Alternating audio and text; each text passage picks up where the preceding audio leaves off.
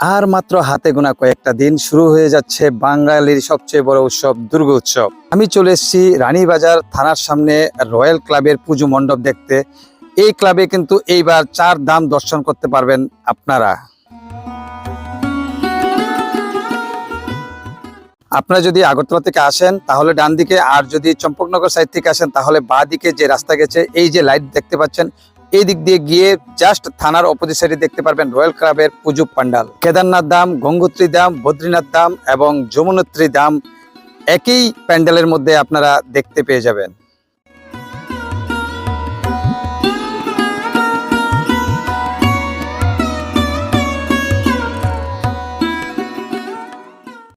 চলুন এখন ভিতরে গিয়ে একটু প্যান্ডেলটা পরিদর্শন করি এবং আপনাদেরকে দেখাই। এখনো সম্পূর্ণ কমপ্লিট হয়নি, তারপরেও অনেকটাই সুন্দর লাগছিল 4 ধাম